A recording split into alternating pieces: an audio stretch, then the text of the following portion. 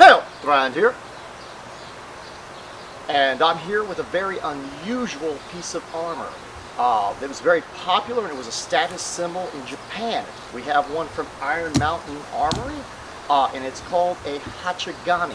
It's an armored headband, and historically, a lot of people say, well, it was just a prestige thing. It's a piece of Tatami armor. It's made with Karuta plates that are shaped to the head, and this one actually has kusari to help join them together. But one of the verdicts on it, a lot of people believe, is it did serve a purpose.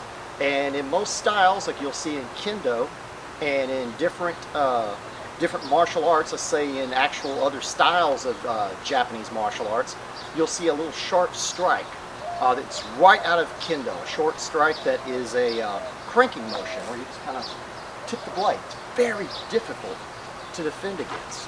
If I'm standing here, and this is in a Seigan position, a lot of times, to bring something up, in our art, we study Bujinkan Budo Taijutsu.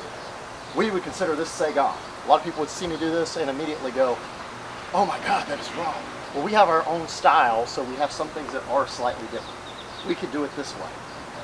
But most styles would do Seigan in this manner. This means I can keep them off at the point, but also I can still attack. And with a sharp shot, if I'm coming out to attack, I just crank the blade. I don't have to stand here in Jodan, which a lot of people have seen me do Jodan, and they immediately assume I'm doing it wrong because I don't look like your classic movie. I'm not standing here holding it in this kind of position.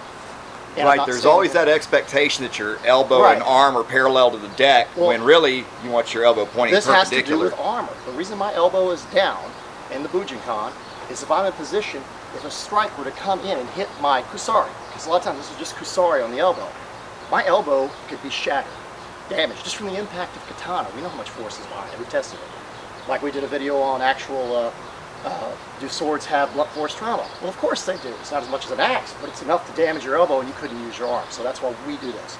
But today, we're going to be doing everything from Seigan, from a traditional Seigan a lot of people are familiar with in this kind of position. And we're going to be attacking this way. And what this is just a really sharp boom, boom. It's almost impossible to detect it in time. So you don't know if the guy's going to thrust at you or he's just going to attack. So the idea is the Hachigane we have in position today is in that area. I have heard that they put it in different areas that they thought they might get hit in some kind of luck manner in a duel against an opponent. But my problem with this is the most common place you would probably get hit and have problems with would be right there. And if you get hit in the skull and it cleaves into the skull, like Michael Astorita has talked to me about, you'll become unconscious. If it actually clefts into the skull, whether it hits the brain or not, normally you will be unconscious. If it just cuts the flesh, you'll have blood in your eyes. And then what the samurai would do is one of them would hit the opponent that way. They'd pop him right there. And then they would screw him pretty much. I mean, I hate to put it that way, but they would just pretty much, after he's got blood in his eyes and he's having trouble fighting, they would pretty much just pick him apart. So it makes sense that they would have such a piece of armor. So today, for the first time, I have never seen a Hachigane tested before. We're going to try this out and see how well it protects the actual head. Let's get started. And in this kind of position, just to continue on how it was used, I can point this directly at his throat. Now at this point, if he looks down at this blade, he sees nothing but blade. All he sees is the very tip. So he can't tell if I'm going to thrust. So he's going to want to get offline. But if I'm to raise it just slightly from the Seigan position, he now immediately thinks he has some kind of opening where he might be able to parry or defend. But normally you would not expect a very sharp, quick attack, almost like a thrust to the top of the head. So what we're going to do is we're going to go do with a light one first and see how the Hachigane holds up. Oh!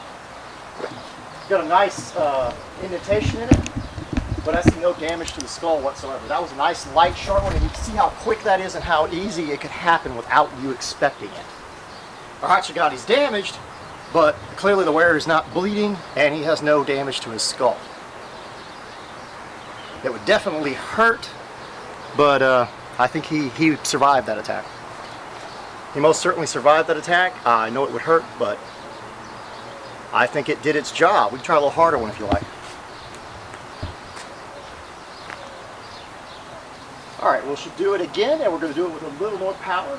And the whole thing with this is all comes from the cranking motion and just attacking out. That's all it is. So you're not going to get the kind of power it would take to cleave a head in two. It's just enough damage to make him bleed bad enough that he cannot see, disorient him, and possibly, like I said, if you do enough damage to the skull and pierce it, most of the time people faint. They'll faint instantly. So let's go ahead and see what we can do with a little more power. Start off in our position. Ah! Well, I heard that. It almost sounded like it cracked your skull. I don't believe it did.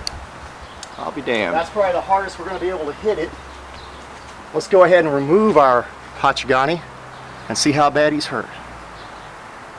I don't even see common bruising. I see a little indentation here. Yeah, but I consider he'd be bruised, but I don't see extreme hematoma or this ballistic shell would be split open, at least to our coconut skull. So I'm impressed. I think this would have saved this man. I truly, truly do.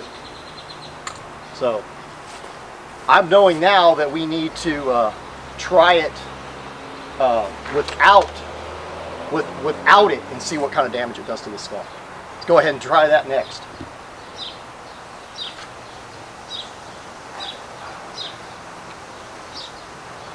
Ah!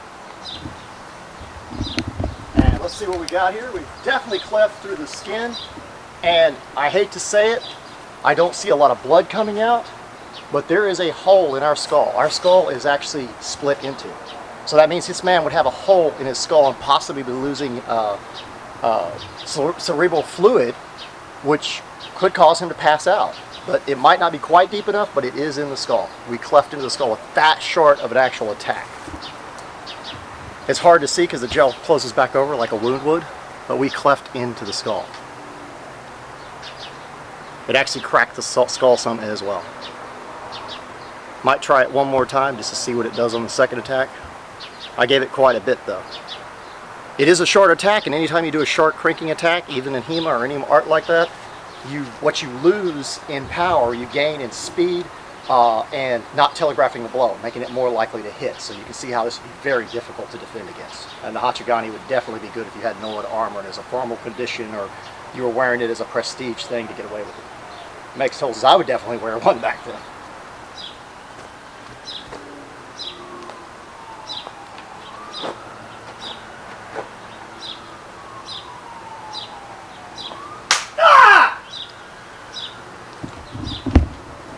And that one, as I can see, is you're going to see the blood from the inside of our skull. So we know damn well, I shouldn't curse, or we know for sure that not only did we cut flesh, but now we can see the actual wound.